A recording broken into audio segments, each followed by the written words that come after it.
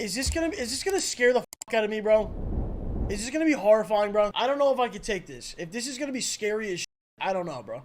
Dude, last time we watched some scary shit, I was like freaking the fuck out for some reason. And this is coming from someone who's, I've lived in a house, I lived in an apartment, right? For some reason, dude, when I'm in the house in Jersey and I'm looking at the cameras and shit, there's something scary about it. Like, I'm in my house and like when I'm watching some scary shit, it scares me. I'm like, dude, what the fuck, you know?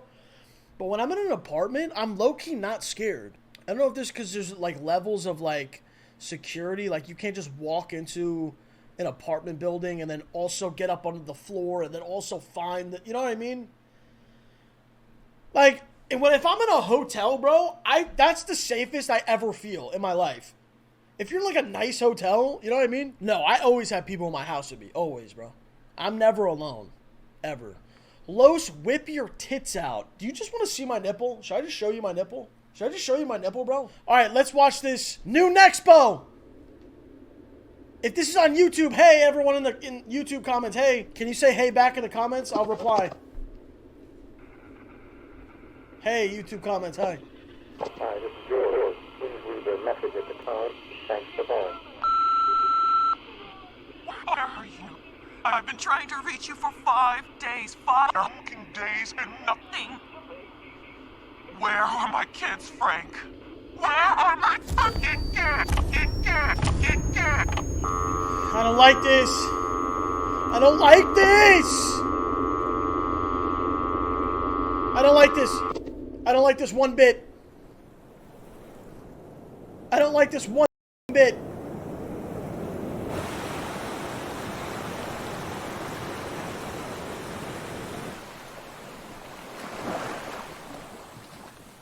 It's a summer day, and you're out for an ocean swim. You take a breath. You head under. It's beautiful at first. You're in a whole new world. You keep going, and going, and going. As you come up for air, you notice the people behind you are quiet. As nature. Hey, everyone here in the chat, and then also if you're watching on YouTube, hey, again, hey guys. Do you want my camera here or in the bottom right corner where it usually is? Let me know. Let me know. Ambience has overtaken them. You just need one more look, though. And alas, you take one more plunge. But it seems that you may have had a slight miscalculation. As your eyes draw into focus, you realize that there's nothing to focus on. What? No floor, no fish, no walls. All there is a void of darkness, a cold, endless abyss gazing back at you. What? There is nothing there but yourself, the water, and the vast unknown.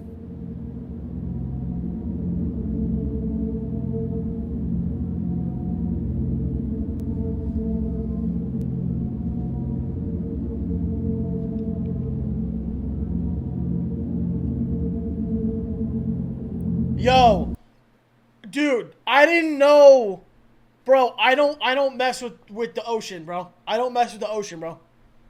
I don't mess with the deep dark going down. I don't do it. I've been asked to snorkel. I said no many times. I'm not doing it, bro. I would never ever. If it was like the only way to live was to get in a submarine, I wouldn't live. I'd be like, yeah, this was fun, bro. See you guys later, man. I'm not going in a fucking submarine, dude. I'm not doing it.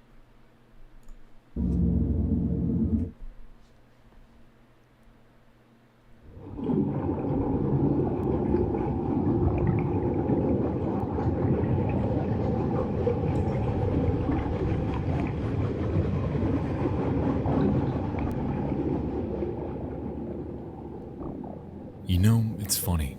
I've been trying to figure out for years how to put into words the existential dread I get from something as conceptually simple as the ocean. The immeasurable expanse that remains one of the world's greatest mysteries. It is painfully unsettling that our current knowledge of it is minuscule, rivaling that of the moon, and even the planet Mars. Upon looking at the raw Can I ask you guys a question? And I don't want this to come off as like, you know, like, oh, dude, you should know this, because I feel like a lot of people don't. Why do they make it seem like other planets, right? Like the planet, you could just go and just land on, just like walk on it. Like it's just like you're walking on the circle of the planet, right? Like the moon landing. Like they're just walking around on the moon. But like, why with the Earth, you have to like go like deep into like the fucking like atmosphere and like break through shit and like go through the clouds, and then you get like, you're like in the Earth. Do you know what I mean? You're not like on top of the Earth, like standing. You're like in the Earth, bro. So I'm like, what's the difference here with these other planets, like Mars? Like, what is the difference?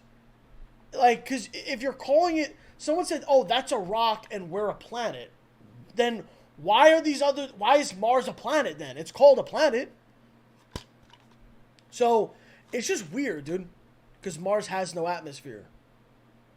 So what you're saying is Earth has something that has made it so that an atmosphere formed that you can live there. But all the other planets, there's no signs of life because there is no atmosphere. It's just like, just the planet. So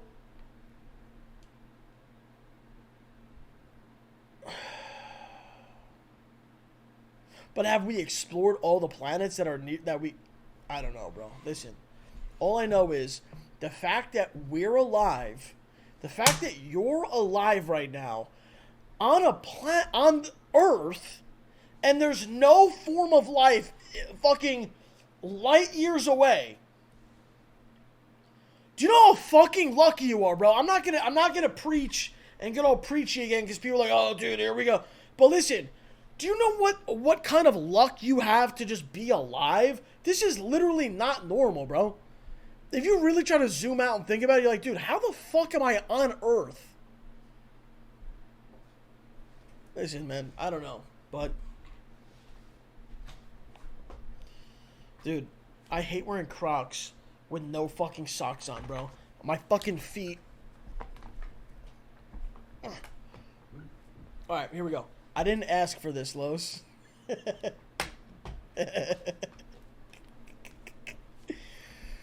Oh, fuck. But then you realize, like, how big the actual fucking space is. And it's, like, literally just... It's not... You can't even fathom it, bro. Anyway, let's go. data, knowing that over 80% of this underwater abyss remains unmapped and unexplored to this day, drives home the gut-wrenching realization that we truly know next to nothing about what's actually down there. We know more about the... Like, you understand there could be an entire society of beings in the ocean, bro. And we have no idea. We have no fucking idea, bro. surface of a planet we have never set foot on than we do about the ocean engulfing the vast majority of the planet on which we live. And to me, that implication is horrifying. It is. It's called the deep blue for a reason, because it is incomprehensibly so. At just over 36,000 feet straight down, you can fit the entirety of Mount Everest with over 7,000 feet to spare. You could theoretically launch a jumbo jet off the bottom of the ocean's deepest point and hardly make it to surface level at its cruising altitude. And if you stack the Empire State Building end to end, you would need over 24 of them, one on top of the other, to reach surface level from its darkest abyss. Do you understand? Wrap your head around that for a second, bro. 24 Empire State Buildings is the bottom of the ocean that we even know of, okay? You can't go down there, bro. You can't go down. Dude, the pressure alone, you just die. So think about what could be even down there, bro. Think about it, bro. This is, I mean, it's really crazy. If you really, really, like, that's fucking crazy. Thalassophobia is a concept that encompasses the fear of the ocean. Yet what it actually entails might mean something entirely different to you than it does to me. Some may fear the ocean's gargantuan, seemingly endless size, or fear nature's unforgiving wrath, or fear becoming stuck within it, or fear things that don't belong inside of it, or fear what we found, or rather, fear what we haven't. Much of what we think of when we imagine the ocean are visuals that... Oh, also, dude, I wish I saved it. I wanted to show you guys. It was a TikTok, and it was showing sea creatures now and, like, back then, like, before, like, you know, like, things that are extinct. And, like, they showed, like, the shark. And, like, the biggest shark that we have now looks like a fucking baby compared to, like, the size of a shark that used to exist, bro. And then, like, a sloth. There was, like, a sloth that we know now is, like, this small compared to, like, the fucking, you know, sloths that used to walk this earth, dude. And this is all based on bones that have been found and shit like that. It's not, this isn't just, like, made-up shit. I'll try to find it. If anyone has that TikTok or anything, send me it. That we can logically comprehend. Reference points like coral reefs, the seafloor, and even sea creatures that share this world with us help us paint a mental picture that is coherent. In reality, though, once you tread off the beaten path and veer over the continental shelf separating our world from theirs, what's actually out there is a seemingly infinite void and a macrocosm that we may never fully explore. All across the internet, we can find troves of video demonstrating the ocean's colossal scale. It's hard to put exactly into words, but viewing footage of divers like Jonathan Byrd treading the fringe of safety and complete danger by venturing out and into what appears to be completely nothing will never not cause me to tense up. There is an entire world below them, a world shrouded in darkness, a world ripe for discovery, a world with caves, valleys, entire underwater oceans, and man-made relics, all just waiting there until the end of time.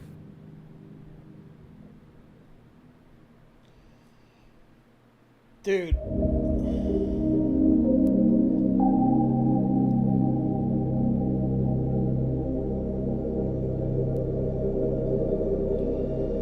Hey, also, if you're watching this on YouTube right now, we're streaming this not on Twitch, but on kick.com/LosPollosTV. Go to it, follow the stream.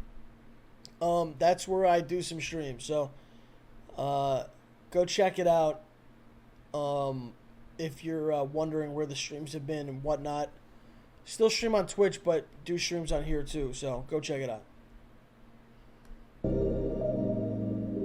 Since I was a child, thalassophobia has unknowingly held me with an iron grip.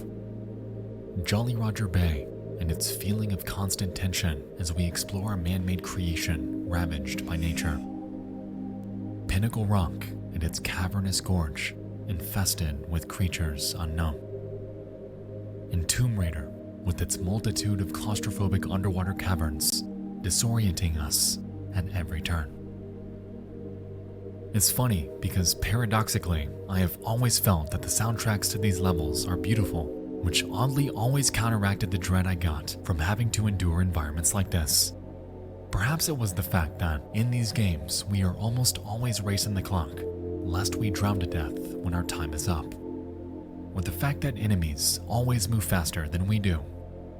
Or maybe it's the lack of visibility, the darkness that shrouds us just feet away, depriving us of any ability to prepare for an impending threat. Or could it be the creatures, the monsters who call this unforgiving habitat home?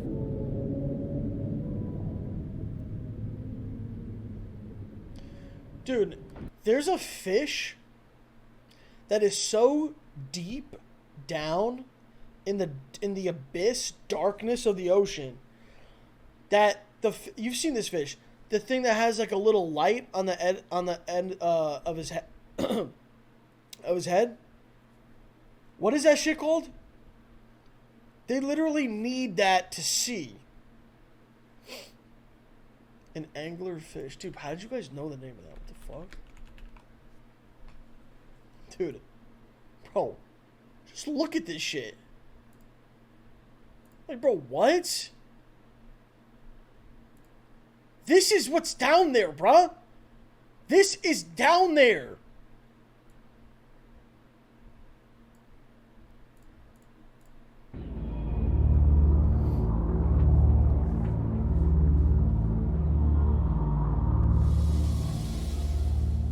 In early 2022, a video game released encompassing every fear that I have ever had regarding the ocean. It's called Iron Lung, and you may have heard of it through my fellow creators like Markiplier, Pyrocynical, and Jacob Geller.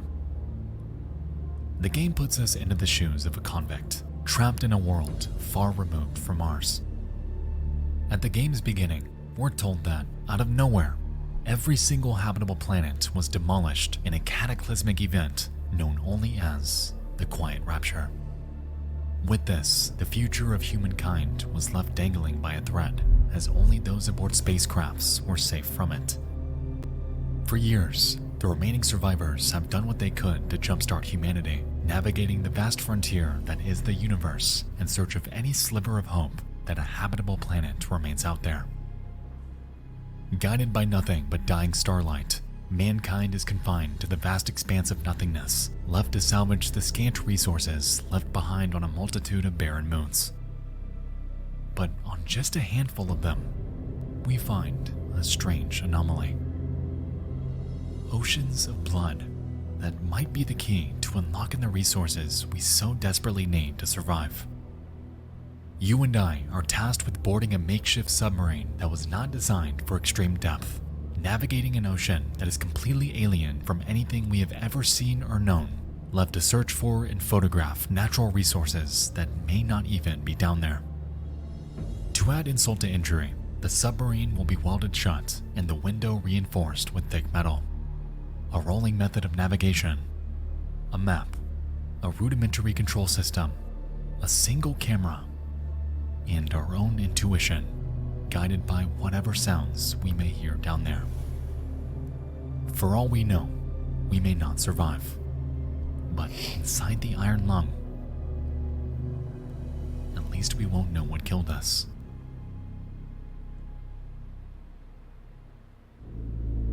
Beginning your descent. Cruising depth in roughly 40 seconds. Stand by.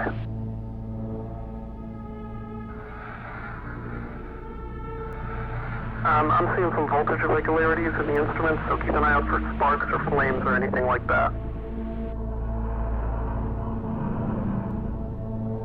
Approaching maximum depth. The hull's feeling it, but it's still holding strong. Closing porthole shielding.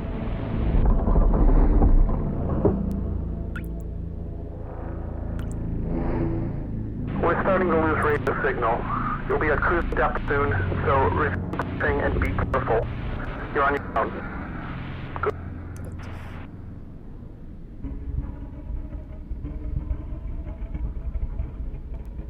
From the very beginning, we know this will not be simple.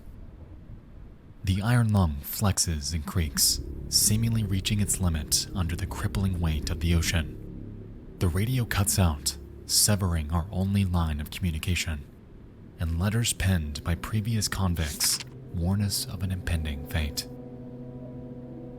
For the entire game, we're left to follow a map, adjusting our rotation as we blindly navigate this foreign underwater sea in hopes of taking pictures at each designated point. Interestingly, the Iron Lung is equipped with a proximity sensor to warn us when we come too close to an obstacle. And at first, it seems like a no-brainer. The ship is already cruising on its last leg, so any physical contact could spell the end of us altogether. As we make our way to each checkpoint, we're able to utilize a shoddy camera system to view the outside world. And with intervals of just one single frame, we're left with nothing but grainy, black and white visuals that are more often than not completely inexplicable. A corpse of a foreign giant. Unknown structures with monsters just out of view. Legs from what appear to be giant spiders. And objects that bear no discernible shape.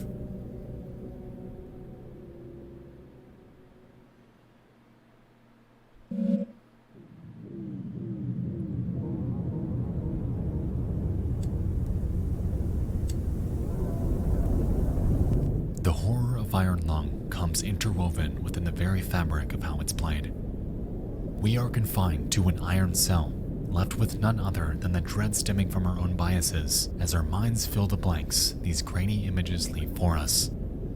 And on top of this, as we traverse this underwater hell,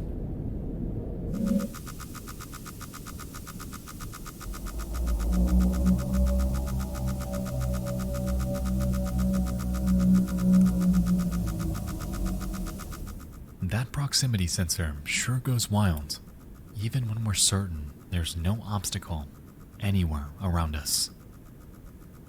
Whatever is out there is lurking, analyzing us for just the right moment.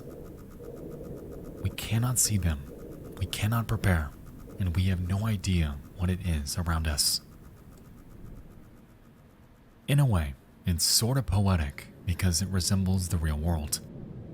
Blood oceans upon vast alien moons aren't too far off from the concept of our own. And I think that's what makes Iron Lung so horrifying. Anytime we enter the ocean, we enter a habitat not made for us. We can't breathe. We can't hear. We can't see. But they can. That's horrifying, bro. Tonight, I won't spoil the ending, so if you haven't yet experienced this game, please do, because it'll be well worth your time. The story is engaging and thought-provoking. The atmosphere is unmatched for those afraid of the deep, and the ending has a catch that will stick with you for a while. In my opinion, Iron Lung is one of the greatest modern examples of thalassophobia portrayed through video games. Damn. And as an avid fan of Subnautica, that's sure saying something. Is this game fun? I've seen people play this.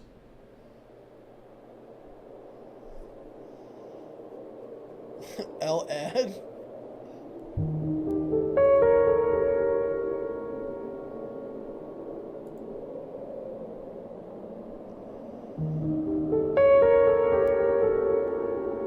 Why would that be a hard game for me? That seems easy.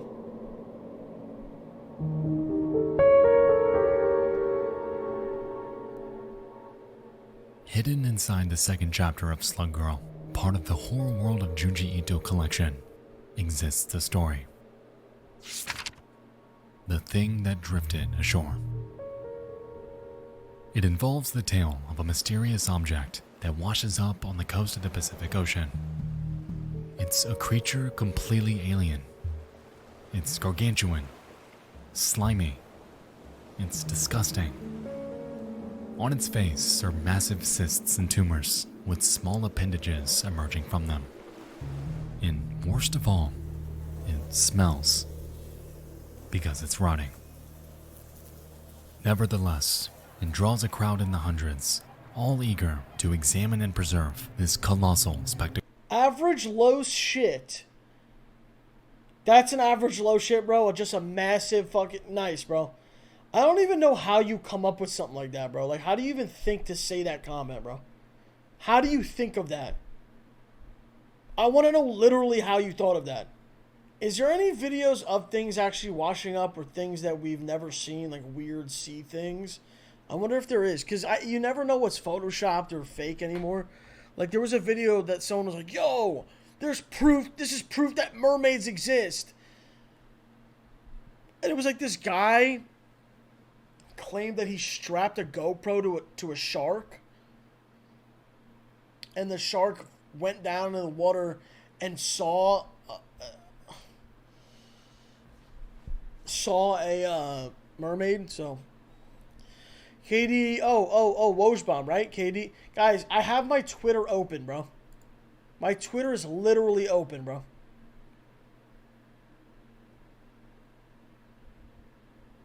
Nice, man. Nice.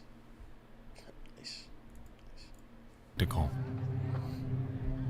Among the crowd, we encounter a young boy with an acute fear of the ocean. All his life, he's had nightmares of floating in the deep sea, surrounded by hordes of massive ocean giants. While out there, he meets a woman named Mie. She explains that 7 years prior, she had lost her fiancé in a ferry accident. No trace of him was ever found. However, ever since, she's been afflicted with ocean nightmares highly similar to the boys. As she's telling her story though,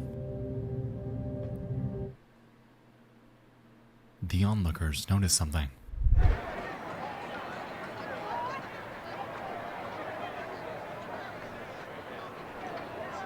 The creature's skin has transparent spots, and on the inside are humans, entirely intact. They cut the creature open.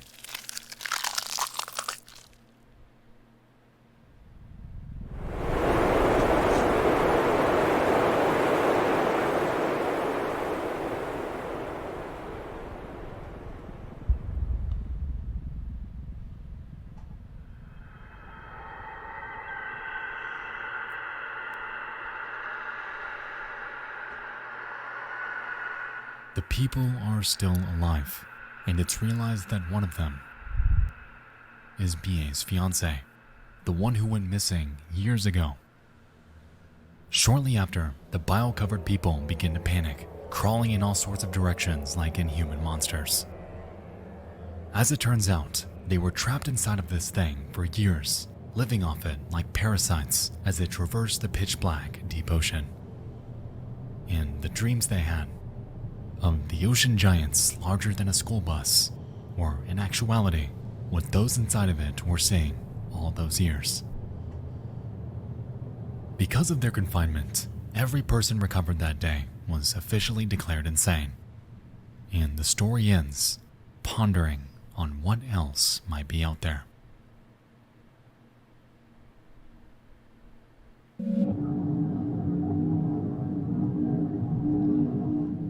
The thing that drifted ashore is special because its horror is twofold.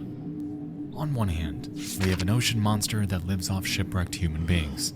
Yet on the other, we have the visual of what they saw all confined down there. Grotesque giant fish with massive eyes and appendages. Beasts capable of devouring entire human beings. And creatures beyond our level of comprehension. The ocean is uniquely fascinating because it's the one medium on Earth in which fact can meet fantasy. Ocean monsters can be thought into existence with hardly a way to disprove them within our lifetime, and the potential of what could be overpowers our collective psyche as that curiosity may never be satiated. It seems that until the end of time, legendary ocean monsters like the Kraken, the Hydra, and the Leviathan will always fascinate us given our sheer inability to explore the habitat in which they live. Tales of the high seas, of tragedy by the hands of fantastical beasts will persist evermore, fueling fans and fears of the ocean for generations to come.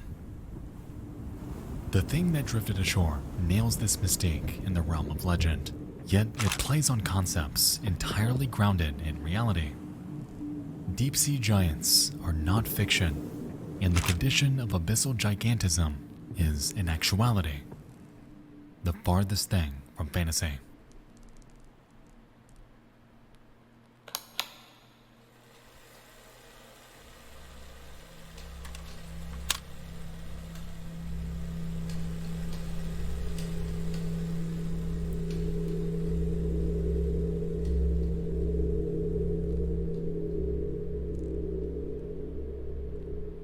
Around 3,000 feet deep, the ocean becomes cold, dark, and full of creatures inexplicable. In lieu of the octopi, dolphins, and vibrant ecosystems embedded within coral reefs, we instead find species exhibiting bioluminescence, bearing foreboding teeth riddled with a curious affliction. Colossal size.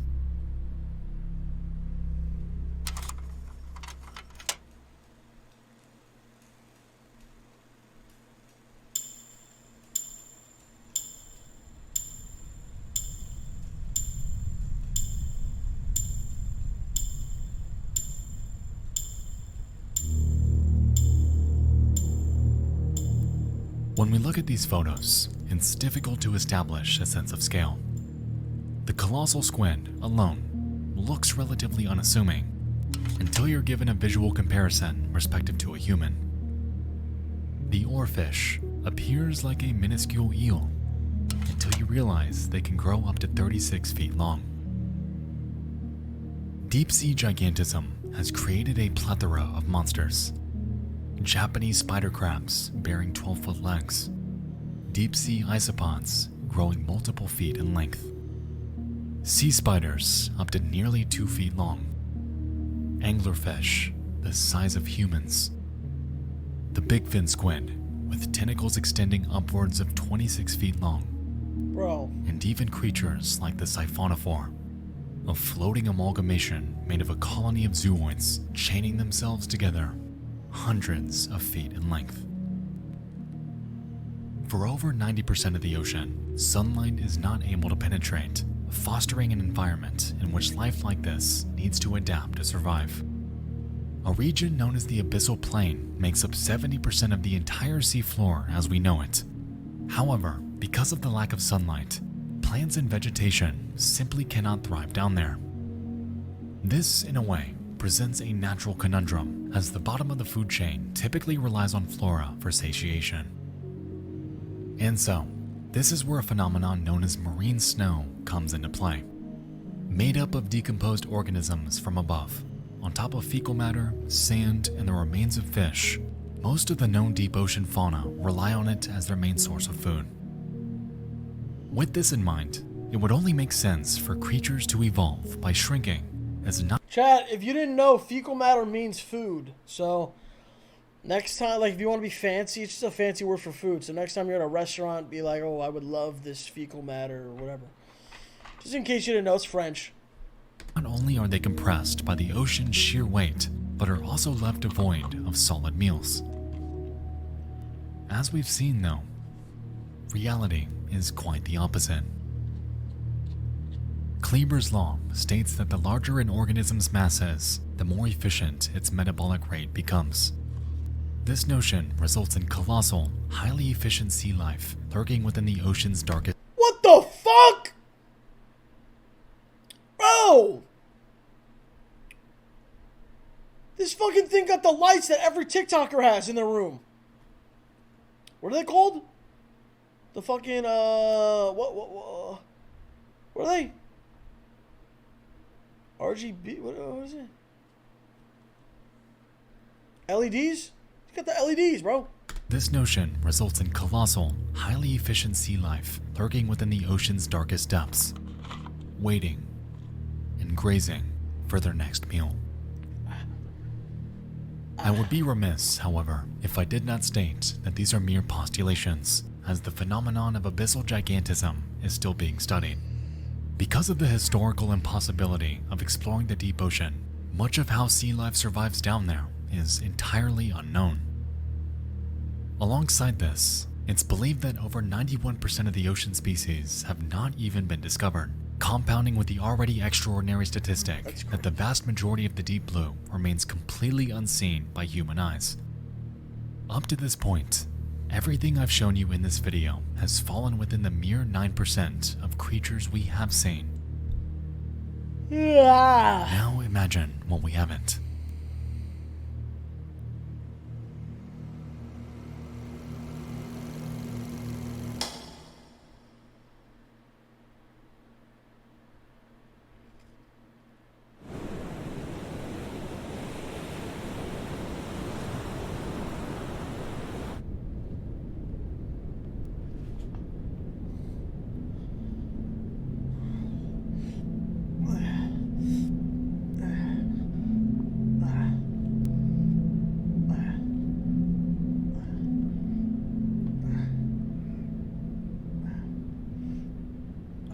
goes without saying that the ocean is treacherous, yet that hasn't slowed those eager to explore it.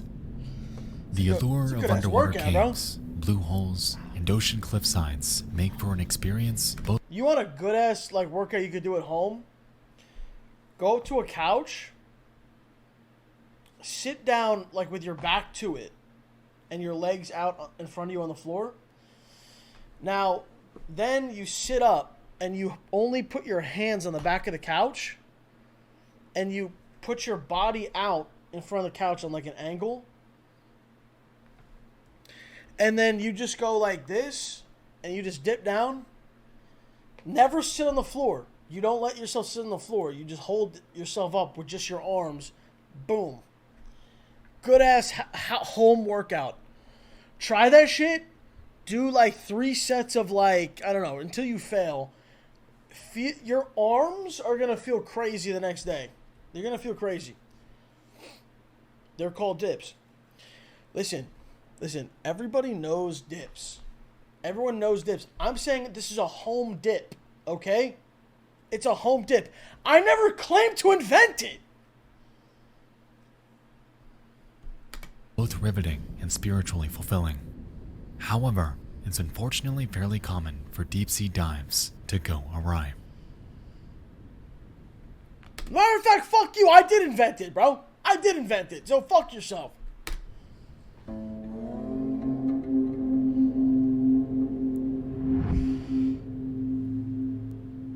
The blue hole. On the 28th of April 2000, 22-year-old Yuri Lipsky geared up for a dive within the Blue Hole in Egypt. Known as one of the most dangerous diving locations in the world, traversing this environment is no small feat. One of its standout features is its underwater arch, a massive 170-foot tunnel resting 164 feet below the surface and extending 85 feet in length. It's been reported that the Blue Hole is deceptive, appearing to be much shorter than it is when you manage to get down there. Alongside this, it bears areas with strong down currents, making for a physically grueling experience. When inside, depth and oxygen monitoring are a must, yet Lipsky, fully aware of the risks involved with such an intensive dive, maintained optimism in his physical ability. Why would you do this? Do people just not want to live? Why would you do this?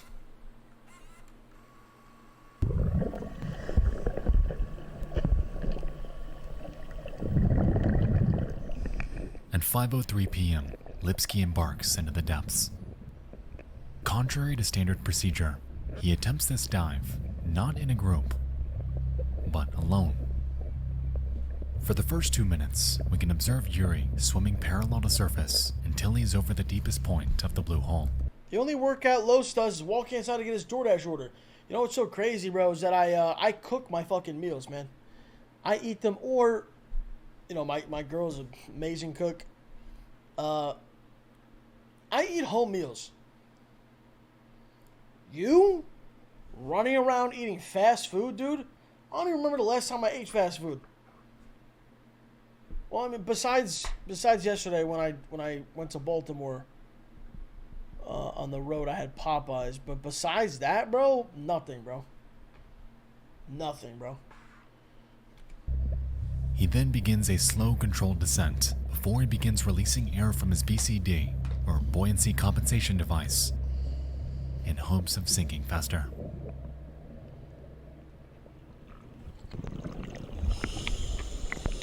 Let's see your table, little boy. I'll show you. I'll show you right now. And these are going to stay uneaten because I'm not eating fucking ketchup chips, bro. So you can go... Oh my... Even just the smell is...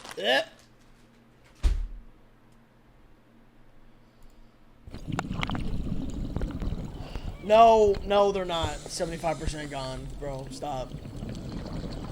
Dude, you know chip bags come like 50% filled.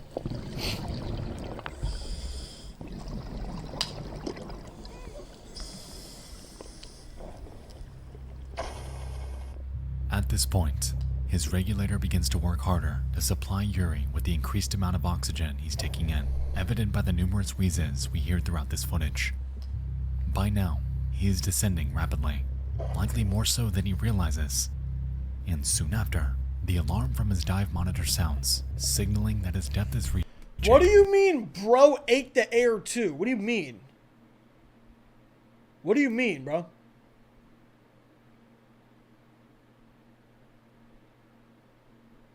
Define what you just meant by that.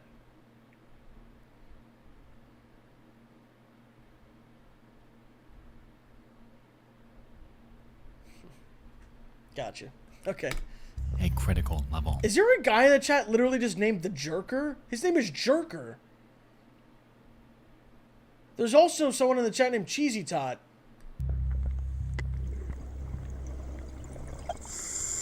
Wait, Gaming God? Hold on. Hold on. Hold on. Gaming God. Gaming God is getting OG. Hold on. I hope this is the real Gaming God. Is this the real one?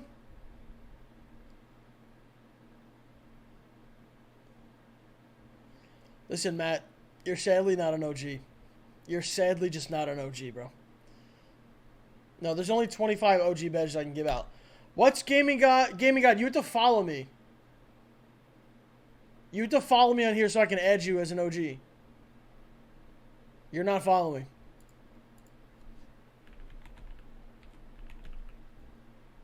There we go.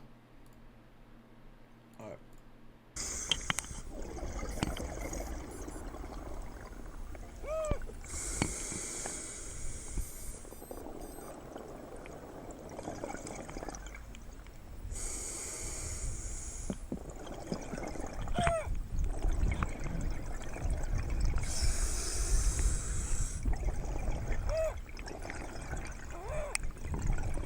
Bro, is there a chicken down here? What's happening?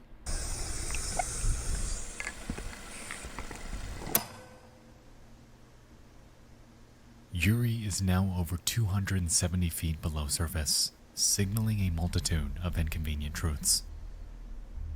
The oxygen in his tank is quickly becoming toxic. His buoyancy is dwindling, and an effect known as nitrogen narcosis is plaguing him, instilling a sensation of complete drunkenness.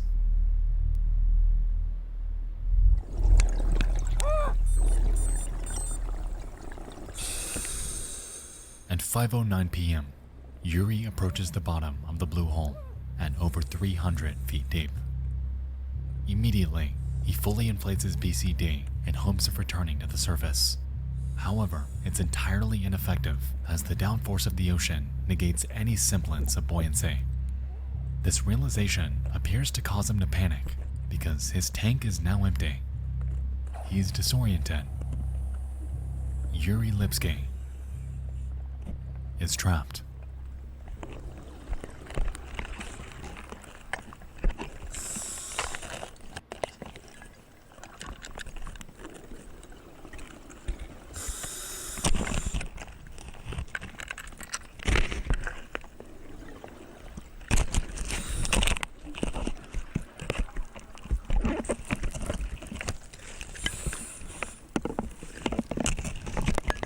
Please tell me he survives and gets up there, bro. Or are we witnessing someone literally drown?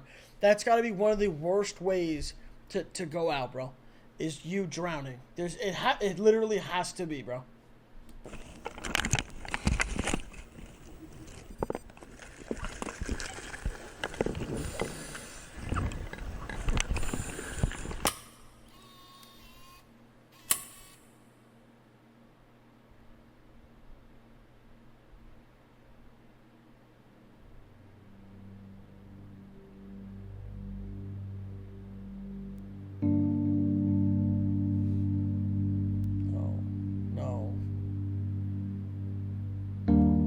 Yuri Lipsky met his demise in one of the most dangerous diving locations in the world. He embarked to set a personal record to achieve a depth that he had never before seen, yet in that pursuit lost his life to the grueling conditions of the deep blue. Since the incident, Yuri's body was recovered. However, the same can't be said for a multitude of others that have met the same fate. Online, you can find footage of divers discovering the remains of their counterparts, with their gear still intact. And it's haunting knowing that if those specific divers did not dive in that specific spot, their remains may have never been found, forever confined to the pitch-black crypt that is the deep sea.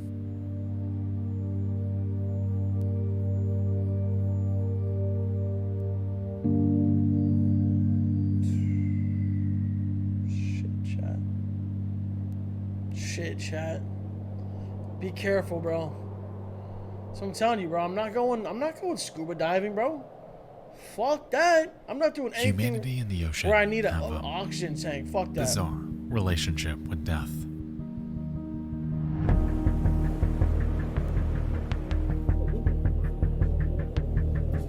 Superstorms. Okay, snorkeling I think is chill, right?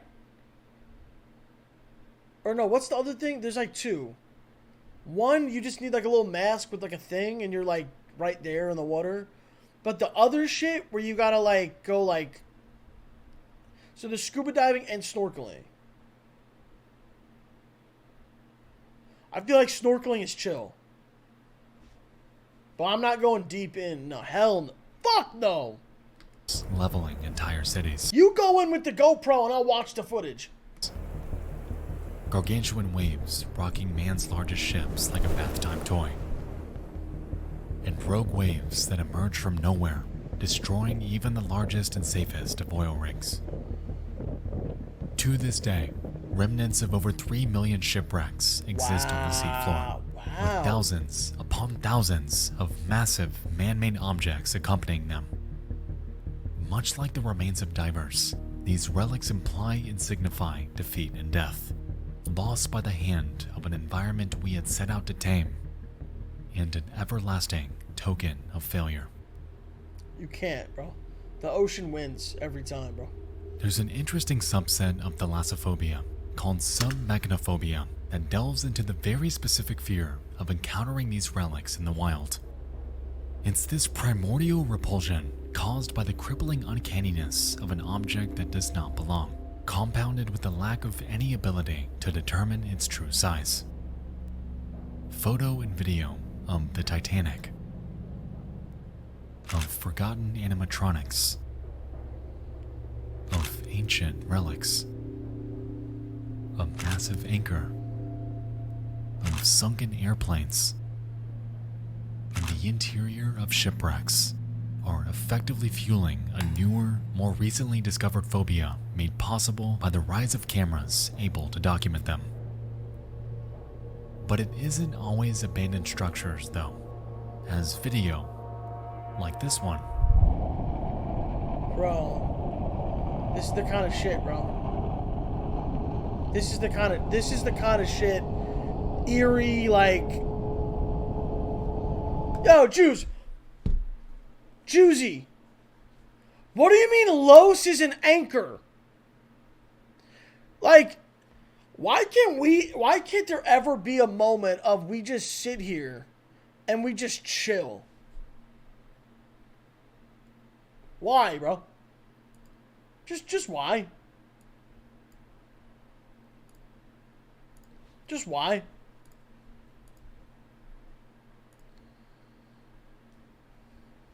Oh, and that's a LMAO, right? That's a funny thing. Los got swept.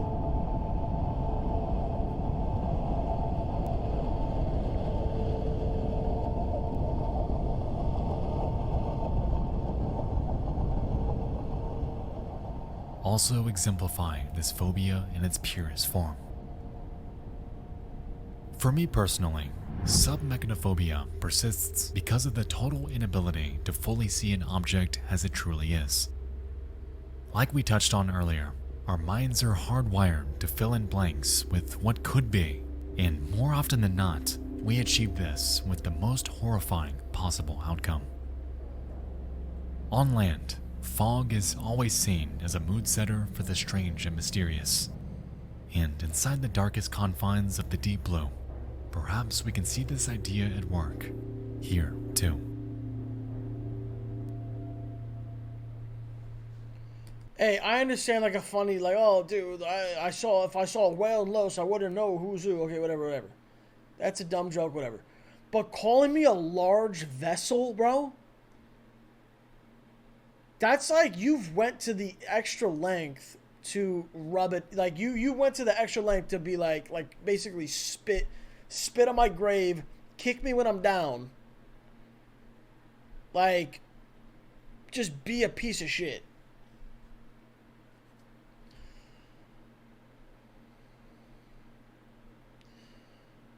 Los, you would take forever to sink. Wait, that's not an insult. Oh, you fucked up. You fucked up. You fucked up, dude. You fucked up. You should have said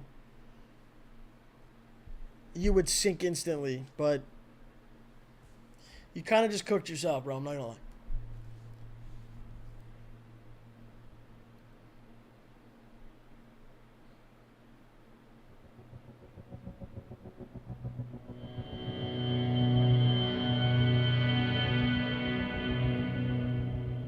It's hard to find the words to conceptualize the fear of the deep in just a single YouTube video, as there are so many ways we can and have taken it.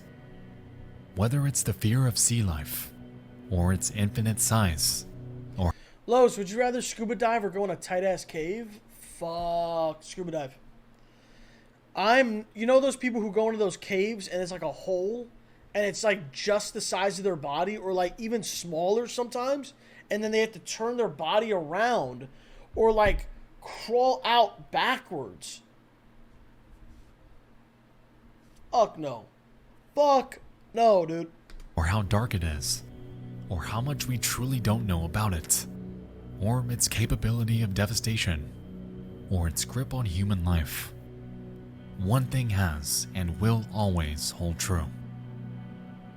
The ocean is fucking horrifying. Yes. It's an unforgiving frontier harboring some of the most harrowing life and environmental enigmas on the planet. Yes. It is and always will be one of life's great mysteries. Yes. An entire world we share, yet know so little about. Yes. The vast majority of the planet, yet completely uninhabitable by mankind. Throughout history, it's been said that the moment you enter the ocean, you enter the food chain. Yet, contrary to how it is on land, in their world, in their vast abyss of darkness, Yo! humankind is nowhere near the top.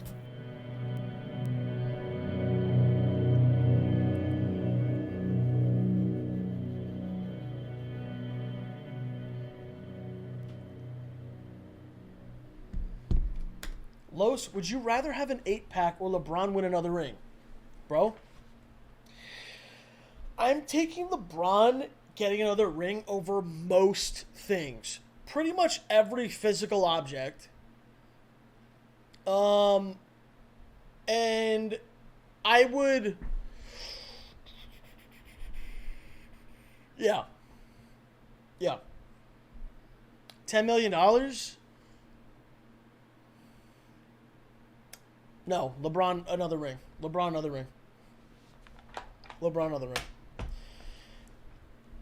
I would much rather win an argument that LeBron's the best, and this is ammunition I need. I would much rather win that than 10 million. I would, bro.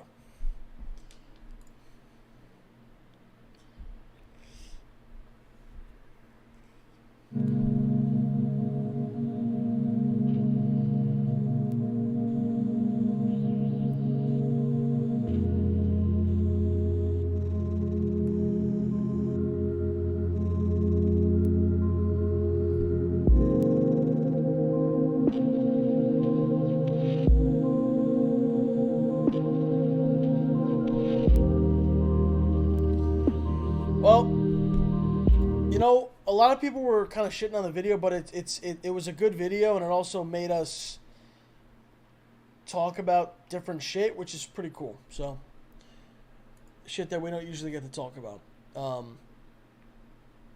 So, I'm a fan.